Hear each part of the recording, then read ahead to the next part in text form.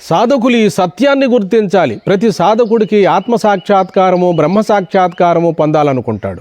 ఈ పరితాపం ఉండాలి. సరైన గురువును అన్వేషణ చేయాలి. పూర్వజన్మ పుణ్య విశేషం వలన కానీ మనకు సద్గురువు ప్రాప్తించడు. సద్గురువు అనగా శ్రోత్రియుడు, బ్రహ్మనిష్ఠుడైనటువంటి సద్గురువును మనము సమీపించి వారి ద్వారా మనము ఆత్మతత్వాన్ని, ఆత్మజ్ఞానాన్ని పొందాలి. కాబట్టి ప్రతి ఒక్కరు కూడా నాకు మంచి గురువు కావాలని కోరుకుంటారు. ఇదేమో మంచిదే, ఈ ఉద్దేశం మంచిదే. అయితే తాను ఆ శిష్య లక్షణాలు సంపూర్ణంగా ఉన్నాయా లేదని ఆలోచించుకోలేడు. అందరూ బ్రహ్మంగారు అంతటి గురువు కావాలనుకుంటారు. నేను సిద్ధయ్య అంతటి శిష్యుడిని అవునో కాదో ఆలోచించుకోలేరు.